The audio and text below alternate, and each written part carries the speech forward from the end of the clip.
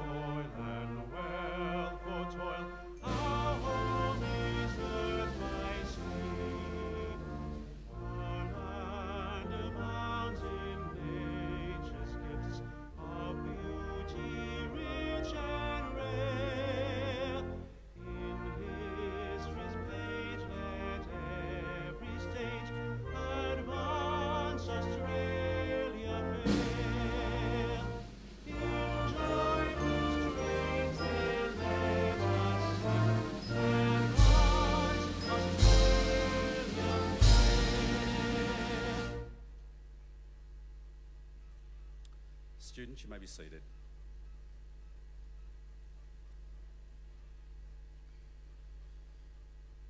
The Australian War Memorial was the vision of Charles Bean, Australia's first World War official historian. Bean landed with the Australian troops on Gallipoli and stayed with them at the front through to the end of the war. The idea of this national memorial and museum came to him at Pozières, France, in the depths of the bloody fighting of 1916. Bean's idea was that this would be a place where families and friends could mourn loved ones buried in faraway places. It would also be a place that could help all Australians understand what these men and women had endured and what they had done for us. Bean's vision, to which we remain true, is best expressed as inscribed in the entrance to the memorial's galleries. Here is their spirit, in the heart of the land they loved, and here we guard the record which they themselves made.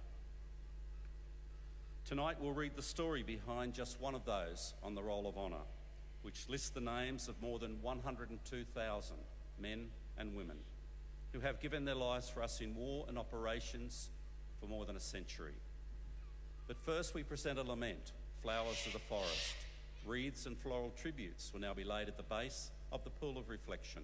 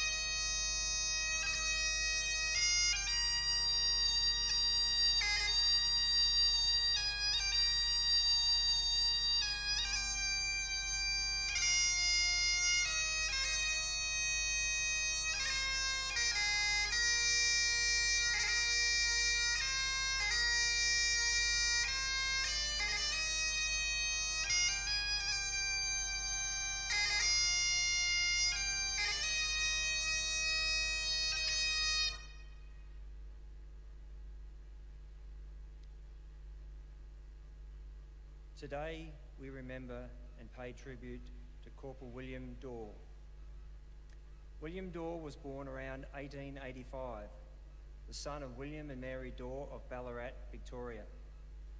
He attended the Urquhart Street State School, just down the road from where he lived, and went on to work for H. Davis and Company, Drapers. William's father was captain of the Ballarat City Fire Brigade and was a champion ladderman in local competitions. William was an active member of the Ballarat Rifle and Rowing Clubs, winning a number of medals and trophies in each. Around 1909, he moved to Bendigo to manage a department of the Myers department store. He was known to be of an affable and kindly disposition and was very popular amongst the wide circle of friends.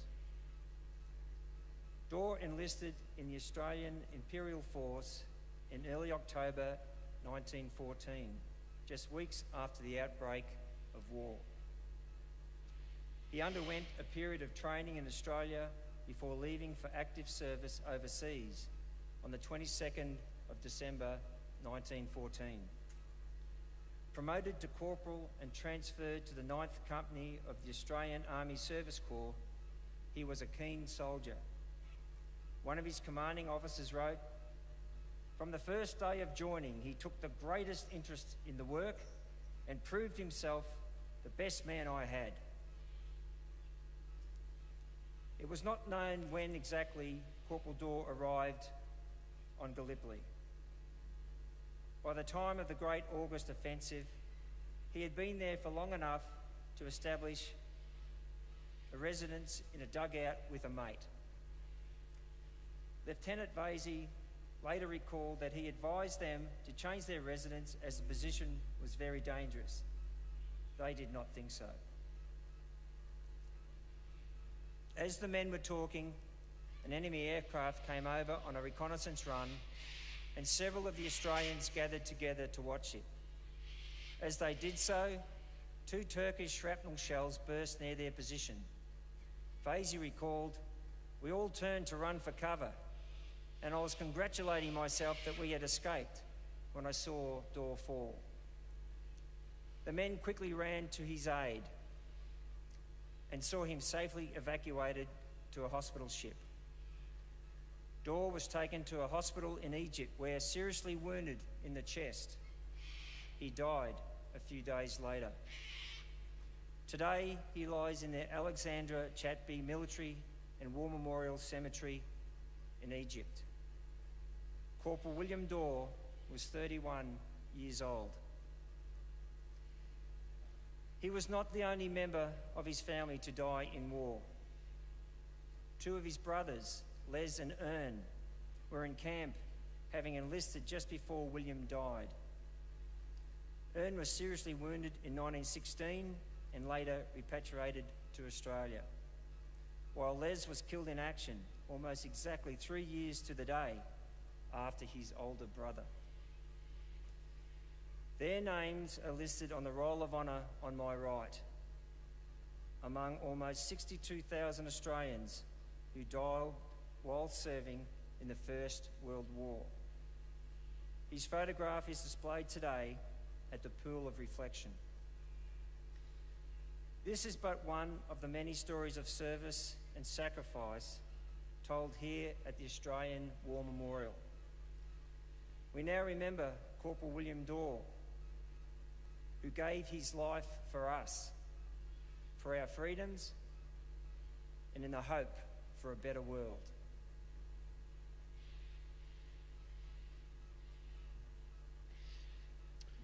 Please stand for the reading of the ode and the sounding of the last post.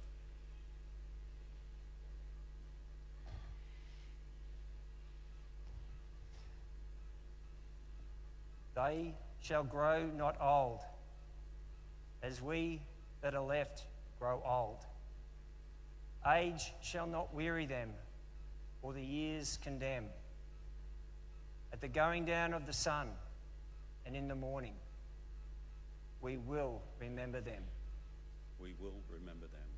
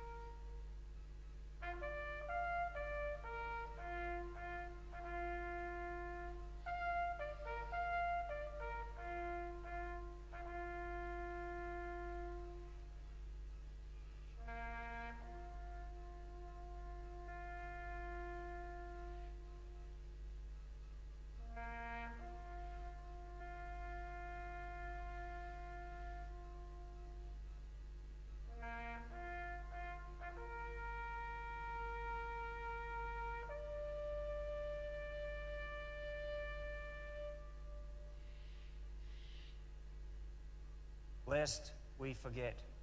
Lest we forget.